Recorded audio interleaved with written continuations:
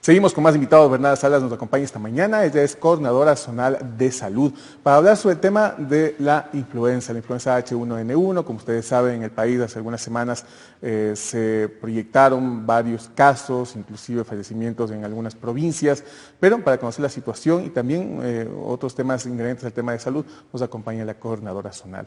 Gracias por acompañarnos y bienvenida. Se generó, no sé si un nivel de alerta, pero sí niveles de especial atención con respecto a la presencia de influenza H1N1 nuevamente en el país, con provincias como Pichincha siendo la más afectada por la presencia del virus. ¿Cómo está el tema a nivel de la región, de la zona 1 y la provincia de Imbabura? Sí, bueno, agradecer primero la oportunidad de poder comunicarme directamente con la población, que es las personas más importantes en este tema. Efectivamente, bueno, una de las cosas que tenemos que comprender es que cuando estamos en un proceso, en un marco de cambio climático en el mundo, donde va a haber no solamente esta, sino muchas enfermedades nuevas. Eso tenemos que saber, el caso no solo la influenza, sino el tema del ébola y otras patologías que existiendo en otros lados por la gran movilidad humana, también van a llegar al país. En realidad la influenza nunca se fue cuando comenzó la epidemia.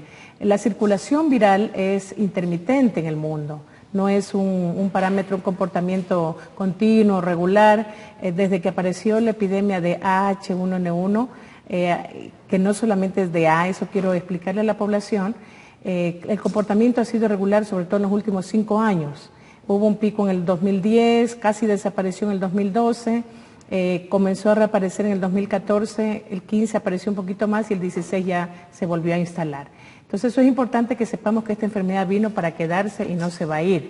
Recordemos además que nosotros estamos en un mundo de biología humana y biología global donde vivimos con millones o miles al menos de bacterias, virus, parásitos. Ellos existieron inclusive antes que nosotros, entonces tenemos que comprender que hay esta interacción y que muchas de las cosas que a veces estamos haciendo como seres humanos pueden impactar en el comportamiento.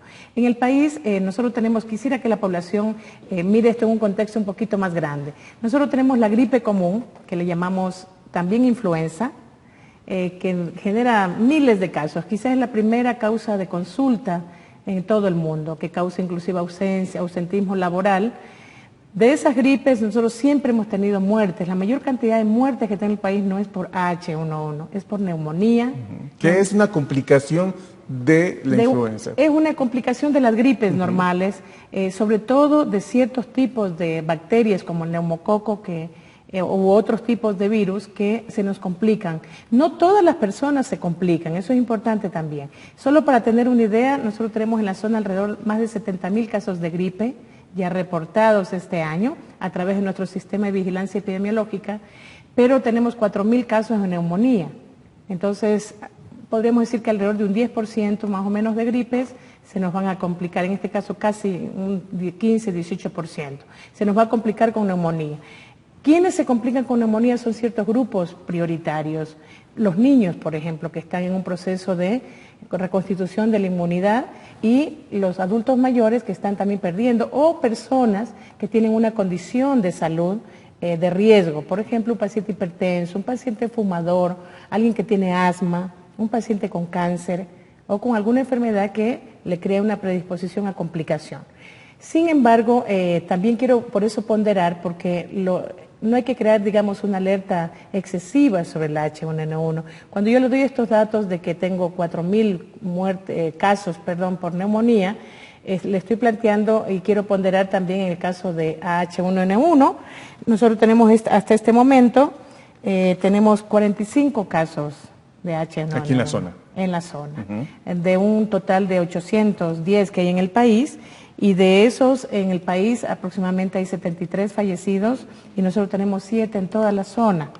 De estos son 4 en Imbabura y 3 en Carchi. Entonces... pero con esas particularidades, es decir, los 4 fallecidos son personas que estaban dentro de los grupos vulnerables. Por supuesto. Ahora, lo más importante es que conozcamos también parte de la política pública. Recordarle a la población que... lo importante que ha sido el fortalecimiento de la salud pública en este gobierno. Nosotros cuando comenzamos la Revolución Ciudadana teníamos apenas 7 vacunas y ahora tenemos 17 vacunas. Es un tema importantísimo en salud pública, y dentro de esas vacunas nosotros tenemos la AH1N1, que no solamente es AH1N1, hay 3 tipos de influenza, la A, la B y la C. En el país solamente hay la A y la B. La A tenemos la AH1N1, la AH3N2 y tenemos la tipo B. Quiere decir que hay 3 tipos de virus. En realidad no deberíamos hablar de AH1N1, sino de 3 tipos de virus. De A y B tal vez es más coherente para la población. Y lo que preparamos como Ministerio de Salud Pública, como parte de esta revolución sanitaria, siempre es una vacuna anual, porque una característica de estos virus es su capacidad de mutación.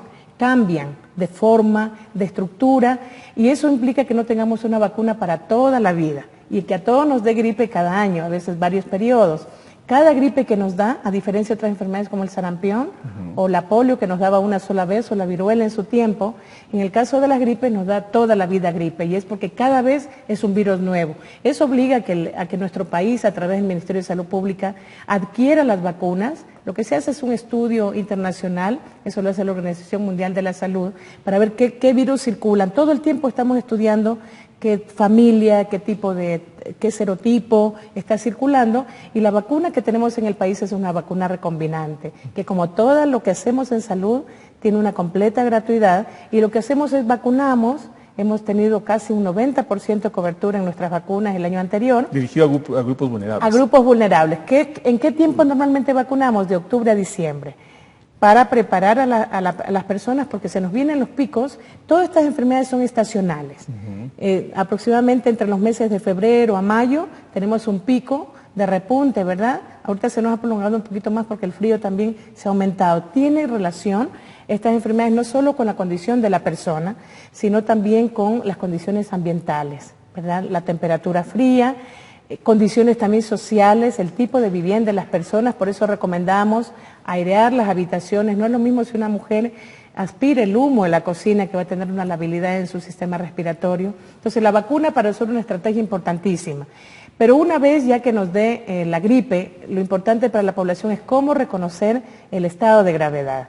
Cómo saber que es una gripe simple o común, y cómo saber que se me está complicando. Eso es lo más complejo, porque ahora hay ese temor, uno empieza a estornudar y empieza a preocuparse. Y claro, hay una muy mala costumbre, el automedicarse, que de alguna manera hoy está controlado por las farmacias, pero es una práctica común. Muchos en este momento tienen una gripe y están desbordando las unidades médicas, cuando posiblemente, esperando unos 2 o 3 días, podría identificar cuál es la situación. Exactamente. Ese punto de corte, lo que implica una gripe común con una gripe más grave, que nosotros le decimos una infección respiratoria grave, tiene que ver con los síntomas. Entonces, si yo soy un grupo de riesgo, soy un niñito, o una madre sobre todo que pueda advertir eso, o un adulto mayor, o tengo una enfermedad de base, sí debería preocuparme un poquito más por las gripes. Pero si soy una persona normal, ¿verdad? Yo por ejemplo no tengo una patología de base, supongo que usted tampoco. No, gracias a Dios. Pero entonces no se nos complican mucho las edades, en la fuerza laboral, digamos, las edades de los jóvenes, sobre todo son estos grupos, estas enfermedades. Es importante reconocer cuando la fiebre supera los 38 grados, es decir, una fiebre persistente que no nos baja, porque la gripe normalmente, sobre todo las abuelas y las madres saben cómo manejar este tema, con mucho líquido, reposo. Los fenómenos gripales se dan especialmente cuando uno también tiene temas de alimentación o un descanso inadecuado o esté estresado. Es típico que usted trabaja cuando hace sus programas y se amanece, al día siguiente le da. Entonces nuestro organismo, hay que siempre escuchar al cuerpo, eso es importante. Descansar, alimentarnos bien. Ahorita, por ejemplo, estamos en épocas de frutas, la alimentación, la ingesta de vitamina C es importante, el ejercicio para mantener una fortaleza corporal también. Los síntomas de gravedad, como decía, esta fiebre elevada, pero también una sensación y mirar que se va descompensando el sistema respiratorio. Es decir, aparte de la fiebre, una tos intensa, y uno va a ver que la persona ya no puede respirar bien. Es decir, el niñito va a comenzar a jadear, o el adulto igual va a sentirse incómodo al caminar, que siente que su sistema respiratorio no está funcionando, y es clarísimo, ¿no? Cuando uno ve un paciente, cuando uno no respira bien, comienza a ponerse pálido, demacrado, y es un malestar general. Por eso es importante que cuando el Ministerio de Salud Pública, con esta gran inversión pública que se ha hecho en salud, convocamos a vacunación, Por favor, madres de familia, acudir. Todo el tiempo estamos vacunando a los niños, que todos los niños reciban su vacuna.